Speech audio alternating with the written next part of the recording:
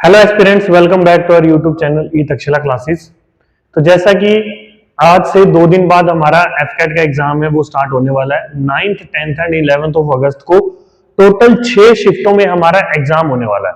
तो I hope आपकी तैयारी जो है वो बहुत अच्छी चल रही होगी, या फिर आपने जो है अपनी तैयारी में पूरा जोरों शोरों से दम लगा के अच्छे से उसको प्रिपेयर किया होगा। बट स्टिल यहाँ पे कुछ बातें ऐसी हैं कि पेपर में जाने से पहले आपको ध्यान में रखनी होती है। ऐसी छोटी छोटी गलतियों से हम ऐसा रिस्क बिल्कुल नहीं ले सकते कि भाई हमें एग्जामिनेशन में बैठने ही ना दिया जाए।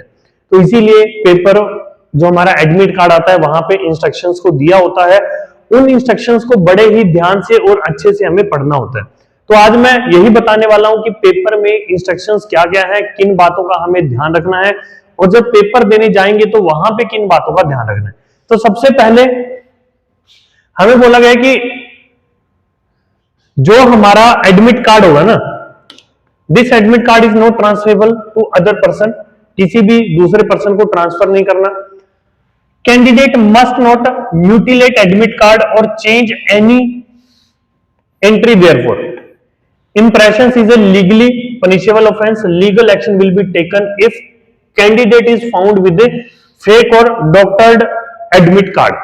तो कहने का मतलब जो एडमिट कार्ड है वो हमारा कुछ भी ऐसे साफ हालत में होना चाहिए, म्यूटिलेट हालत में नहीं होना चाहिए, किसी भी तरीके से गंदा कटा फटा इस तरीके से वो नहीं होना चाहिए, और किसी भी तरीके की उसमें अपनी तरफ से एंट्रीज को चेंज नहीं करना, जैसे कि कुछ बच्चे करते हैं भाई, क्योंकि गूगल पे इंस्पेक्ट पे जाके किसी भी तरीके की इंफॉर्मेशन को चेंज किया जा सकता है। तो आपने ऐसी कुछ भी हरकत नहीं करनी है, ठीक है ना। अगर ऐसा कुछ भी पाया जाता है तो वो लीगली पनिशेबल है और एक लीगल एक्शन उस कैंडिडेट के खिलाफ लिया जा सकता है। Any request for change of centre examination और date of exam will not be entertained. तो ऐसी कुछ भी रिक्वेस्ट आपकी एक्सेप्ट नहीं की जाएगी कि जिससे आपका एग्जाम जो है वो किसी दूसरी डेट पे या किसी दूसरे टाइम पे होगा। जो एडमिट कार्ड में दिया हुआ है वही आपका फाइनल शेड्यूल्ड टाइम है। FCAT will be conducted as per the schedule mentioned in the admit card. All candidates are report at their respective exam center as per reporting time mentioned in the admit card. Candidates are advised to familiarize them with the location of the exam center in advance and ensure that they report in time. ठीक है, तो भाई अपना जो भी आपका exam centre होगा तो प्रायर पे एक दिन पहले जाके वहां पे जरूर जाके देख लीजिएगा कि भाई वहां पहुंचने में कोई दिक्कत तो नहीं है, या अगर किसी बच्चे ने बहुत दूर से आना है तो मेक श्योर कि भाई वो अपना टाइम पे एग्जाम सेंटर पे पहुंच जाए और जो रिपोर्टिंग टाइम दिया हुआ है, मेंशन किया हुआ है, उसी रिपोर्टिंग टाइम पे वो पहुंचे। ठीक है, आगे हमें बोला गया candidate are to ensure that they are in possession of the following document. मतलब ये सारे डॉक्यूमेंट उसके पास होने चाहिए। सबसे पहला एडमिट कार्ड, दूसरा आधार कार्ड, तीसरा valid photo identity card as mentioned while filling online registration form. जब भी आपने ऑनलाइन रजिस्ट्रेशन फॉर्म भरा था उस टाइम पे जो भी आईडी प्रूफ आपने लगाया था वो भी साथ लेके जाना है। 2 passport size coloured photographs, same photo as uploaded during the online application. वही फोटो जो आपने ऑनलाइन एप्लीकेशन के दौरान अपलोड की गई थी उसी की 2 कलर फोटो आपको साथ लेके जानी है। वॉल पॉइंट पेन ब्लैक और ब्लू, यही 2 पेन चलेंगे सिर्फ for signing on the attendance sheet and रब वर्क। रब वर्क पे आपने जो काम करना है ये अपनी तरफ से लेके जाने हैं भाई, ऐसा नहीं कि वहां पे प्रोवाइड होगा। ठीक है, कुछ टाइम होता था पहले कि वहां पे पेन कौन प्रोवाइड करवा देते थे, बट इस चीज का रिस्क नहीं लेना, आपने खुद अपनी तरफ से ये चीजें लेके जानी है। Candidate who are either not in possession of the document mentioned in para 4 above or whose personal details are mentioned in the admit card do not match with the detail mentioned in the ID proof produced by the candidate will not be permitted to appear in the examination. या तो बच्चा देखो ये यहाँ पे 5 document की वो बात कर रहा है, सॉरी डॉक्यूमेंट तो यहाँ पे 3 है, पासपोर्ट साइज फोटो है, पेन वगैरह का तो नहीं है ऐसा कुछ भी, मेन इनका है। अगर इनमें से आप कोई भी एक चीज नहीं लेके जाते हैं तो वो आपको अंदर नहीं आने देंगे। और दूसरा जो एडमिट कार्ड पे डिटेल है और वही डिटेल अगर आपकी वैलिड आईडी प्रूफ कार्ड से नहीं मैच करी तब भी आपको एंटरटेन नहीं किया जाएगा, आपको वहां पे एग्जाम नहीं देने दिया जाएगा। तो मेक श्योर कि आपने जाने से पहले ये सब चीजें अच्छे से चेक करके जाओ, क्योंकि भाई वहां पे इतना टाइम नहीं होता कि आपको कोई गलती का पता चले, आप वापिस आके कोई डॉक्यूमेंट उठा के फिर से एग्जाम सेंटर पे पहुंचो। तो मेक श्योर इनमें से किसी भी तरीके की आपकी कोई गलती ना हो। Next, candidate are required to put only the thumb impression on the admit card in advance. Important है ये, यहां पे थंब इंप्रेशन लगता है, right for women and left for men. तो तुम एग्जाम सेंटर में जाने से पहले अपना थंब इंप्रेशन खुद से लगा के जा सकते हो। इसके अलावा बाकी सारी डिटेल जो है वो वहीं पे एग्जामिनर के सामने ही होंगी। मतलब सिग्नेचर ऑफ द कैंडिडेट लिखा भी है, to be signed on the day of exam in the presence of IAF observer.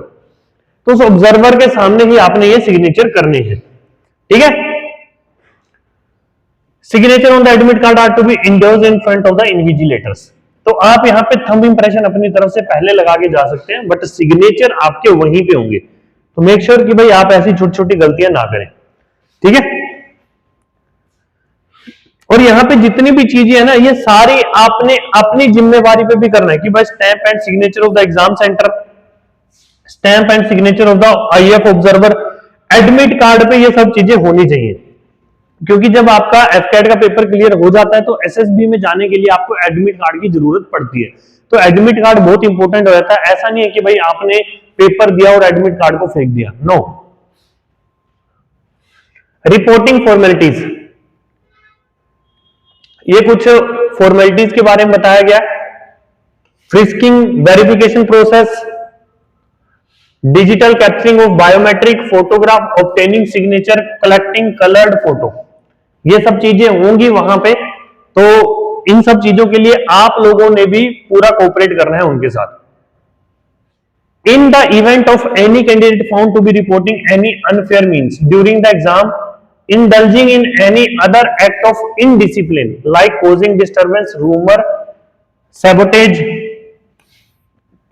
talking, signaling during exam, assisting other candidates, noting down questions, arguing with invigilator, exam staff, etc., he she will be withdrawn from the examinations. His her candidature will be cancelled and the candidate will be debarred from all future FCAT exams. तो भाई देख लेना, अपने future को just 2 minute की entertainment के लिए दांव पे मत लगाना। कुछ भी जाके वहां पे, कुछ बच्चों को आदत होती है, खासकर लड़कों को, कि भाई जाके वहां पे मतलब एक चुल होती है कि भाई चलो कूल दिखना होता है तो कुछ भी करते हैं वो लोग। तो ऐसी कुछ भी हरकत मत करना, अपना चुपचाप जाना वहां पे एग्जाम देके आना, ठीक है। अगर कुछ भी उनको लगा कि भाई तुम लोग ज्यादा कुछ दिक्कत कर रहे हो तो भाई फ्यूचर में जितने भी एफकेट के एग्जाम होंगे सभी के लिए तुम्हारी वर्दी पहले ही सिल जाएगी, तुम्हें एग्जाम दिए बिना ही रिटायर कर दिया जाएगा, ठीक है ना। बस इस रिटायरमेंट में फर्क ये रहेगा, यहां तुम्हें कोई पेंशन नहीं मिलेगी, कुछ सैलरी नहीं मिलेगी, ना कोई इज्जत मिलेगी, कुछ नहीं मिलेगा, सब कुछ इसका उल्टा होगा। बेइज्जती भी होगी, तुमने फॉर्म के लिए पैसे भरे होंगे वो भी तुम्हारे जाएंगे, है ना। ड्रेस कोड, भाई ये भी जरूरी है। काफी टाइम से इस चीज पे बच्चे ध्यान नहीं देते और वहां पे उनको थोड़ा सा दिक्कत सहनी पड़ती है। On the exam day candidate must come in slipper, sandal with flat heels, thin sole, closed footwear like shoes etcetera are not allowed in the centre. तो भाई अपने जूते वगैरह पहन के नहीं जाना। देखो इसका रीजन यही होता है कि उनको लगता है कि भाई कुछ भी मतलब टेक्नोलॉजी की तरह कोई चीज ऐसी यूज करके चीटिंग ना की जाए। तो ये भी आप ही के फायदे के लिए, तो इन चीजों के लिए आपने कोऑपरेट करना है, ठीक है ना। चप्पल या सैंडल पहन के जाना है। Clothing with large buttons are also not permitted, तो try to wear the T shirt, ठीक है। या शर्ट भी होगी तो मतलब ज्यादा बटनों वाली ना हो। कोई होता है ना जो कूल बन के कोई इधर भी बटन उधर भी बटन, ऐसी सब चीजें कुछ नहीं पहन के जानी, अपना सिंपल सोबर बन के जाना, ठीक है। Those who wear specific attire for religious purpose will be required to undergo mandatory frisking. तो भाई अगर आप अपने रिलीजियस पर्पस से कुछ अलग सी चीज पहन के जा रहे हैं तो मेक श्योर कि भाई आपको वहां पे अच्छे से चेक किया जाएगा, तो आपको उसके लिए कोऑपरेट उनके साथ करना पड़ेगा, ठीक है। The following items prohibited not permitted inside the exam centre, ये सब चीजें एग्जाम सेंटर में नहीं होंगी। Docupen, walkman, electronic device, digital device, ये सब चीजें भाई ये तो वैसे हर किसी को ही पता होता है, सिंपल सा बात है। तुम अपना एक पेन लेके जाओ और डॉक्यूमेंट लेके जाओ, इसके अलावा तुम्हें कुछ नहीं लेके जाना। फोन, घड़ी, कैलकुलेटर, कोई भी डिजिटल वॉच या मैनुअल वॉच, किसी भी तरीके की वॉच आपने नहीं लेके जानी, ठीक है।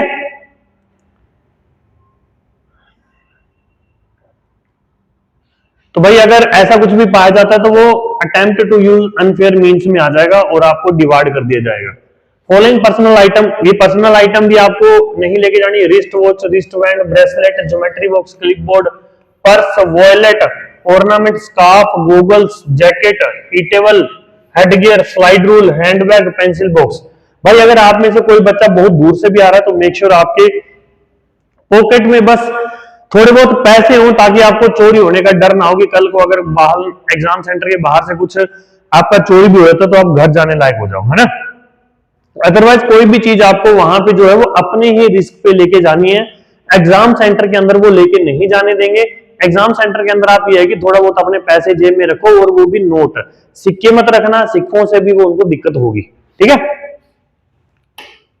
कैंडिडेट में carry following personal item, hand sanitizer and water बोतल, वो भी ट्रांसपेरेंट। ये दो चीजें बच्चा अपने साथ लेके जा सकता है। Candidate are also advised to bring any valuable costly item to the exam center as safe keeping of the same can't be assured. Examination authority will not be responsible for any loss in the regard. तो उन्होंने पहले बोल दिया भाई कोई भी valuable चीज मत लेके आना, क्योंकि सेंटर वाले इस चीज के लिए जो है वो रिस्पॉन्सिबल नहीं होंगे, तो आपको अपने ही रिस्क पे वो सब चीजें देखनी होंगी। Consumption of tobacco, alcoholic product is strictly prohibited inside the exam center's premises. तो भाई जो बच्चे शक्ति वाटर पी के जाते हैं या फिर अपना भोले का प्रसाद के नाम से कुछ भी करके जाते हैं, तो ये सब चीजें मत करना। अगर उनको कुछ भी लगा ऐसा कि भाई ये बच्चा ऐसा कुछ करके आया, तो वो आपको बाहर निकाल देंगे, आपको बैठने नहीं देंगे। ऐसी कुछ भी चीज मत करना जिससे कि भाई साथ वाला आपका इरिटेट हो, ठीक है ना। तो आपको बिल्कुल ही टी टोटलर बन के जाना है, ठीक है। आप चाहे जैसे भी हो बट वहां पे जाना टी टोटलर बन के। सो अगला है the admit card only permit a candidate to appear in the AFCAT online examination based on the detail furnished by candidate in the application form. This is no way is to be interfered as an acceptance of eligibility which will be scrutinised at the subsequent stages of the selection. देखो कि तुम उसके लिए eligible हो या नहीं हो वो एडमिट कार्ड से नहीं पता चलेगा, वो सिर्फ आपको एक पेपर में बैठने के लिए पास किया गया है। हो सकता है अगर बाद में पता चले कि भाई आप एलिजिबल नहीं हो, वो आपको तब बाहर निकाल सकते हैं। Please ensure that admit card is stamped and signed by IAF authority at the exam centre and preserve the same. जो आपका एडमिट कार्ड है ना, उस पे स्टैंप और साइन हो आईएएफ अथॉरिटी का, क्योंकि ये आपको संभाल के रखना है। जो कैंडिडेट शॉर्टलिस्ट होंगे उनको इसकी जरूरत होगी at the time of reporting at the air force station board. Candidate are to occupy only the seat assign to them. Candidate वही सीट पे बैठ सकते हैं जो उन्हें दी जाएगी, जो उन्हें असाइन की जाएगी। ये पार्ट इंपॉर्टेंट है भाई, अपना एडमिट कार्ड पेपर के बाद संभाल के रखना है, ऐसा नहीं कि वहीं फेंक के आना है, ठीक है ना। और मेक श्योर कि आपके एडमिट कार्ड पे एयरफोर्स वालों की स्टैंप और उनका साइन होना चाहिए। देखो मैं दिखा देता हूं कहां पे आइए, यहां पे stamp and signature of IAF observer, तो यहां पे ये चीज होना जरूरी है, ठीक है। कल को आपका पेपर क्लियर होता है और यहां पे साइन और स्टैंप नहीं लगी होगी तो वो आपके लिए एक दिक्कत क्रिएट करेगा। For rough work A4 size sheet will be kept at each candidate desk. तो आपको अपनी तरफ से रफ वर्क के लिए कुछ नहीं लेके जाना, वहां पे सब कुछ मिलेगा। Additional sheet shall be made available on demand. आपको अगर चाहिए होगी तो आपको एक्स्ट्रा शीट भी मिल जाएगी। Candidate are to write their name particular on the rough sheet and drop the same in the drop box and hand it over to the staff before leaving the examination hall। तो जो आपकी rough sheet होगी ना उस पे नाम वगैरह लिखा होना चाहिए, और जाने से पहले वो रफ शीट आपको वहां पे ड्रॉप बॉक्स रखा हुआ या तो वहां डालनी है, या जो भी अथॉरिटी या जो भी वहां पे इन्विजिलेटर होगा उसको वो हैंड ओवर करनी है। आप अपने साथ रफ शीट नहीं लेके जा सकते। अगर आप ले गए और उन्हें पता चल गया तो डिस्क्वालिफिकेशन फ्रॉम द एग्जाम भी हो सकता है। After logging in the examination the once of filling the correct information in relevant field as per the instruction given by the invigilator and solely on the candidates. Candidate को जब तक exam complete नहीं हो जाता, सबका complete नहीं होता ना, तब तक एग्जाम हॉल छोड़ने की अनुमति नहीं है। On completion of shift, candidate are to wait for instruction invigilator not to get up from the seat until advised। जब तक आपको बोला ना जाए पेपर खत्म होने के बाद आपको सीट से नहीं उठना। Candidate will be permitted to move out in the orderly manner। ठीक है, ये इन सभी रूल्स को आपको फॉलो करना है। In the event of any uncertainty due to reason of security, natural disaster, technical breakdown beyond control, IF reserve the right to delay or postpone or change the exam center at a single or multiple exam centers. Single or multiple candidates are requested to bear with the inconvenience and cooperate. मतलब अगर ऐसा कुछ भी हो जाता है security purpose से, natural disaster से या टेक्निकल ब्रेकडाउन कुछ भी हो जाता है, तो एयरफोर्स के पास राइट है कि वो आपकी जो शेड्यूल्ड टाइम है, जगह है, उसको चेंज कर सकते हैं। और सिंगल सेंटर पे हो या मल्टीपल एग्जाम सेंटर्स पे हो, तो आपको रिक्वेस्ट किया जाता है कि भाई आपने इस इनकन्वीनियंस के साथ कोऑपरेट करना है। Candidate must make own arrangement for convenience, no TA DA or allowance will be paid. देखो जैसे एसएसबी में फर्स्ट टाइम आप जाते हो टीए डीए मिलता है, बट यहाँ पे ऐसा कुछ नहीं है। अपनी कन्वीनियंस आपने खुद चेक करनी है, खुद आपने अपने लिए अरेंज करना है। Candidate must visit IAF web portal regularly and follow the advisory on the exams. बाकी की चीजें, हाँ एक ये बात इंपॉर्टेंट है, before declaration of result marks scored by candidate will be normalize. Result आने से पहले आप लोगों के स्कोर जो है वो नॉर्मलाइजेशन किया जाएगा। तो अगर आप बच्चों को नहीं पता नॉर्मलाइजेशन क्या होता है तो मुझे कमेंट करके जरूर बताइएगा, एक वीडियो में मैं आपको पूरा एक्सप्लेन करूंगा कि नॉर्मलाइजेशन होता क्या है। ठीक है, I will try to explain the things for you. ठीक है, तो आई होप आपको जो जितनी भी इंस्ट्रक्शंस है वो अच्छे से क्लियर होगी होंगी कि भाई हमें एग्जाम सेंटर पे जाके किन किन बातों का ध्यान रखना है। ठीक है, हमारा अगर मैं तक्षशिला क्लासेस की बात करूं, बहुत ही अच्छा result every time we will manage to crack the 100+ students of examination. It includes AFCAT, CDS, NDA and CAPF also. ठीक है, तो हमारे न्यू बैचेस जो हैं वो स्टार्ट हो रहे हैं फॉर CDS 1 2025 एंड CAPF 2025। इसके साथ साथ एफकैट का भी इसी में ही हमारा बैच स्टार्ट होगा। Alpha batch for CDS, comprehensive classes होंगी, daily assignment, regularly doubt clearing session होंगे, वीकली मॉक टेस्ट होंगे, वीकली SSB सेशंस होंगे। अगर भाई आप लोगों को डाउट है, best result I can say in India 12 अगस्त 2024 से हमारे नए बैच स्टार्ट हो रहे हैं। तो इनरोल करने के लिए आपको जो भी डिटेल मिलती है डिस्क्रिप्शन पे, वहां पे जाके जरूर कांटेक्ट कीजिएगा। ठीक है, टैंगो बैच हमारा स्टार्ट हो रहा है एनडीए के लिए, सेम यहाँ पे भी है, कॉम्प्रिहेंसिव क्लासेस होंगी, daily assignment, regular doubt clearing session, weekly mock test, weekly SSB sessions, best result in the north India.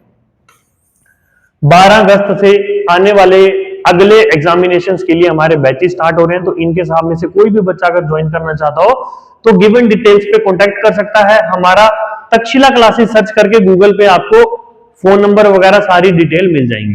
तो आई होप आपको जो है वो सारी डिटेल्स जो भी इंस्ट्रक्शंस के बारे में बताया गया वो अच्छे से समझ आ गया होगा। एंड आई होप आपकी तैयारी काफी अच्छी हो रखी है। अभी भी आप ये है कि 2 दिन में काफी चीजें रिवाइज कर सकते हैं। हमारे YouTube चैनल पे काफी कंटेंट ऐसा पड़ा हुआ है जो आप 1 दिन में मैक्सिमम चीजें रिवाइज कर सकते हैं। मैंने खुद वन शॉट सीरीज चलाई हुई है, तो आप में से अभी तक अगर किसी बच्चे ने नहीं देखी, मोस्ट इंपोर्टेंट चैप्टर के लेक्चर वहां पे डल चुके हैं, तो जाइए जाके देखिए और कमेंट करके बताइए कि भाई आपको वो सीरीज कैसी लगी। ऐसी ही सीरीज अभी एफकेट के बाद सीडीएस के लिए भी मैं कंटिन्यू करूंगा। और आपका कोई भी डाउट हो, किसी भी तरीके का कुछ भी डाउट हो, तो आप कमेंट करके हमसे पूछ सकते हैं। तो मिलते हैं आपको अगली वीडियो में, तब तक के लिए जय हिंद।